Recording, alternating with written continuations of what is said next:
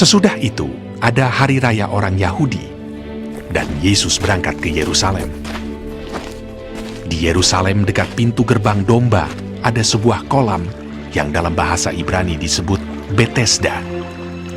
Ada 5 serambinya, dan di serambi-serambi itu berbaring sejumlah besar orang sakit, orang-orang buta, orang-orang timpang, dan orang-orang lumpuh yang menantikan goncangan air kolam itu.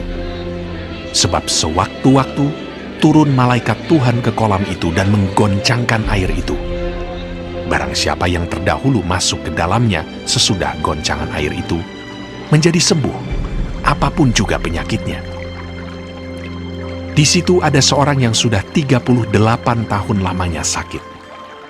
Ketika Yesus melihat orang itu berbaring di situ, dan karena ia tahu bahwa ia telah lama dalam keadaan itu, berkatalah ia kepadanya, "Maukah engkau sembuh?" Jawab orang sakit itu kepadanya, Tuhan, tidak ada orang yang menurunkan aku ke dalam kolam itu apabila airnya mulai goncang. Dan sementara aku menuju ke kolam itu, orang lain sudah turun mendahului aku. Kata Yesus kepadanya, "Bangunlah, angkatlah tilammu dan berjalanlah." dan pada saat itu juga sembuhlah orang itu. Lalu ia mengangkat tilamnya dan berjalan. Tetapi hari itu hari Sabat. Karena itu orang-orang Yahudi berkata kepada orang yang baru sembuh itu, "Hari ini hari Sabat, dan tidak boleh engkau memikul tilammu." akan tetapi ia menjawab mereka, Orang yang telah menyembuhkan aku, dia yang mengatakan kepadaku, angkatlah tilammu dan berjalanlah. Mereka bertanya kepadanya, "Siapakah orang itu yang berkata kepadamu, angkatlah tilammu dan berjalanlah?" tetapi orang yang baru sembuh itu tidak tahu siapa orang itu, sebab Yesus telah menghilang ke tengah-tengah orang banyak di tempat itu. Kemudian Yesus bertemu dengan dia dalam bait Allah, lalu berkata kepadanya, "Engkau telah sembuh. Jangan berbuat dosa lagi, supaya padamu jangan terjadi yang lebih buruk." Orang itu keluar, lalu menceritakan kepada orang-orang Yahudi bahwa Yesuslah yang telah menyembuhkan dia. Dan karena itu orang-orang Yahudi berusaha menganiaya Yesus karena ia melakukan hal-hal itu pada hari Sabat. Tetapi ia berkata kepada mereka, "Bapakku bekerja sampai sekarang, maka aku pun bekerja juga." sebab itu orang-orang Yahudi lebih berusaha lagi untuk membunuhnya, bukan saja karena ia meniadakan hari Sabat, tetapi juga karena ia mengatakan bahwa Allah adalah Bapanya sendiri, dan dengan demikian menyamakan dirinya dengan Allah. Maka Yesus menjawab mereka, katanya, Aku berkata kepadamu, sesungguhnya anak tidak dapat mengerjakan sesuatu dari dirinya sendiri, jikalau tidak ia melihat Bapa mengerjakannya. Sebab apa yang dikerjakan Bapa, itu juga yang dikerjakan anak. Sebab Bapa mengasihi anak, dan ia menunjukkan kepadanya segala sesuatu yang dikerjakannya sendiri. Bahkan ia akan menunjukkan kepadanya pekerjaan-pekerjaan yang lebih besar lagi daripada pekerjaan-pekerjaan itu, sehingga kamu menjadi heran.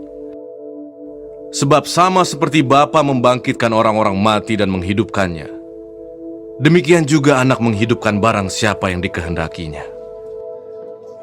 Bapa tidak menghakimi siapapun, melainkan telah menyerahkan penghakiman itu seluruhnya kepada anak, supaya semua orang menghormati anak sama seperti mereka menghormati Bapa. Barang siapa tidak menghormati anak, ia juga tidak menghormati Bapa yang mengutus dia.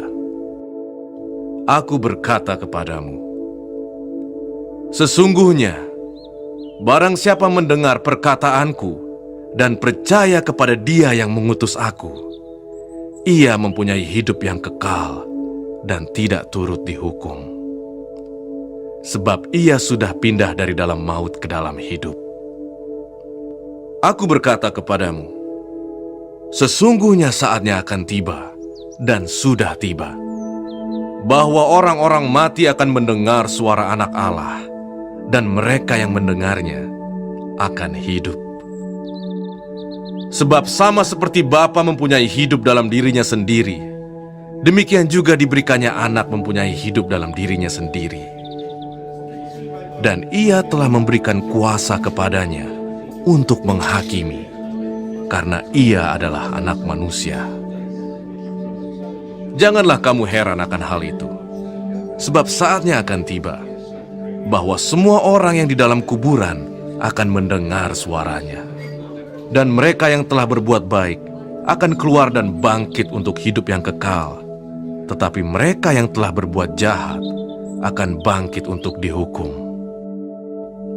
Aku tidak dapat berbuat apa-apa dari diriku sendiri. Aku menghakimi sesuai dengan apa yang aku dengar, dan penghakimanku adil. Sebab aku tidak menuruti kehendakku sendiri, melainkan kehendak Dia yang mengutus aku. Kalau aku bersaksi tentang diriku sendiri, maka kesaksianku itu tidak benar. Ada yang lain yang bersaksi tentang aku, dan aku tahu bahwa kesaksian yang diberikannya tentang aku adalah benar. Kamu telah mengirim utusan kepada Yohanes, dan ia telah bersaksi tentang kebenaran. Tetapi aku tidak memerlukan kesaksian dari manusia. Namun aku mengatakan hal ini supaya kamu diselamatkan. Ia adalah pelita yang menyala dan yang bercahaya, dan kamu hanya mau menikmati seketika saja cahayanya itu. Tetapi aku mempunyai suatu kesaksian yang lebih penting daripada kesaksian Yohanes, yaitu segala pekerjaan yang diserahkan Bapa kepadaku, supaya aku melaksanakannya. Pekerjaan itu juga yang kukerjakan sekarang, dan itulah yang memberi kesaksian tentang aku, bahwa Bapa yang mengutus aku. Bapa yang mengutus aku, Dialah yang bersaksi tentang aku.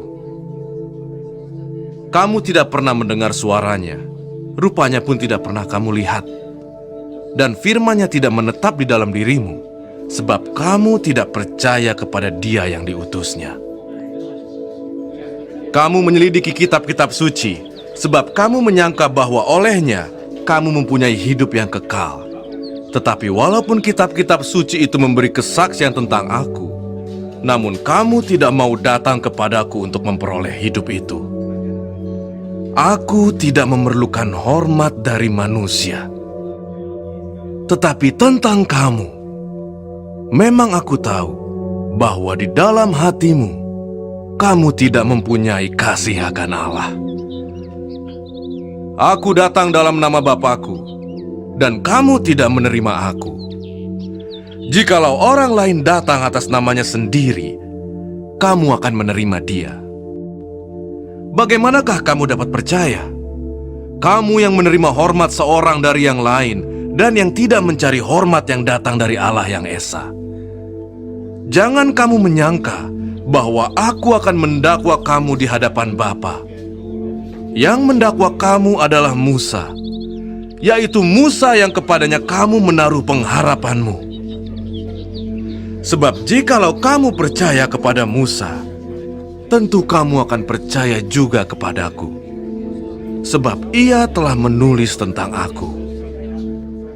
Tetapi jikalau kamu tidak percaya akan apa yang ditulisnya, bagaimanakah kamu akan percaya akan apa yang kukatakan?